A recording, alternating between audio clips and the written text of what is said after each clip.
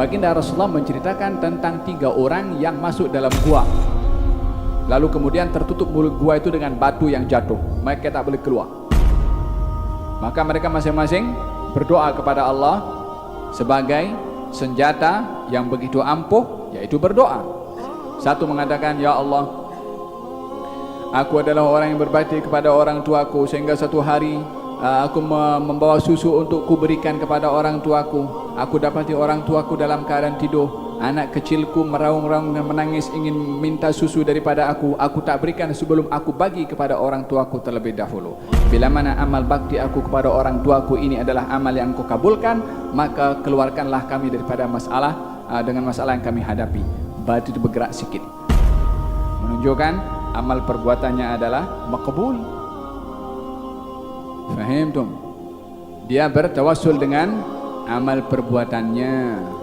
Yang satu pula mengatakan, ya Allah, aku mempunyai seorang kaki tangan yang bekerja dengan aku. Yang satu hari ketika tiba waktu untuk aku beri gaji kepadanya, dia tak datang untuk ambil gaji. Maka dia pun pergi dan lama tak jumpa. Aku kembangkan duit gaji itu dengan diniagakan, sehingga duit itu menghasilkan kambing yang banyak. Satu hari orang itu datang menuntut gajinya daripada aku. Aku berikan semua gajinya, termasuk hasil daripada dikembangkan itu duit, dibisniskan itu duit, yakni kambing itu sudah diserahkan.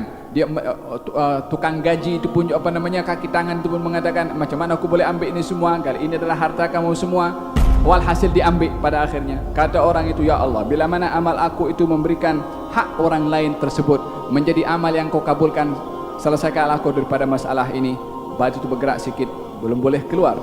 Sehingga yang ketiga, orang yang dia didatangi oleh seorang perempuan, lalu kemudian perempuan itu meminta hutang. Lelaki itu mengatakan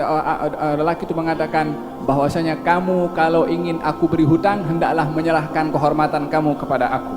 Dalam keadaan terpaksa perempuan itu mengiyakan. Maka saat perbuatan itu akan dilakukan, perempuan itu mengatakan kepada lelaki tersebut, la tafuddal khatim illa bihaqqi.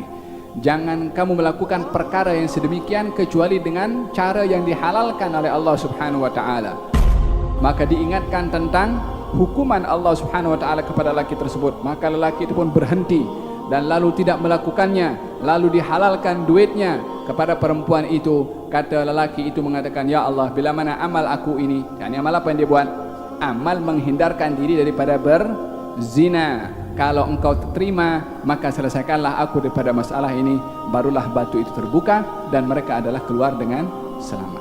Mereka berdoa dan bertawassul dengan amal perbuatan mereka. Di antaranya salah seorang daripada mereka bertawassul dengan perbuatan amal menghindarkan diri daripada perbuatan dosa saat dirinya mampu untuk berbuat dosa tersebut. Apakah yang menyebabkan mereka itu orang itu menghindarkan daripada perbuatan dosa? Imannya. Orang lain tak nampak, orang lain tak tahu. Perbuatan dosa ini, kenapa Allah dalam ayat tadi selalu saya jelaskan, menyeru kepada orang-orang beriman supaya orang beriman ketika nak buat, motifnya kontrak aku dengan Allah. Ketika untuk menghindarkan diri daripada perbuatan yang dilarang, sebabnya apa? Kontrak aku dengan Allah. Orang nampak, orang tak nampak, tak kisah. Ini kontrak aku dengan Allah Subhanahu wa taala untuk buat apa yang Allah suruh, untuk tidak buat apa yang Allah larang. Ini hakikat keimanan seseorang yang dia telah buat janji dengan Allah Subhanahu wa taala. Aku janji. Ya kan? Kita kalau pergi masuk kerja kan ada ada aku janji, datang on time. Sama kita dengan iman tu, aku janji juga dengan Allah Subhanahu wa taala. Bezanya adalah kalau kita pergi masuk kerja ada dia punya kalau masuk ada punch card itu. Kita dengan Allah kita punya iman. Tak payah punch card, Allah tahu apa kita buat.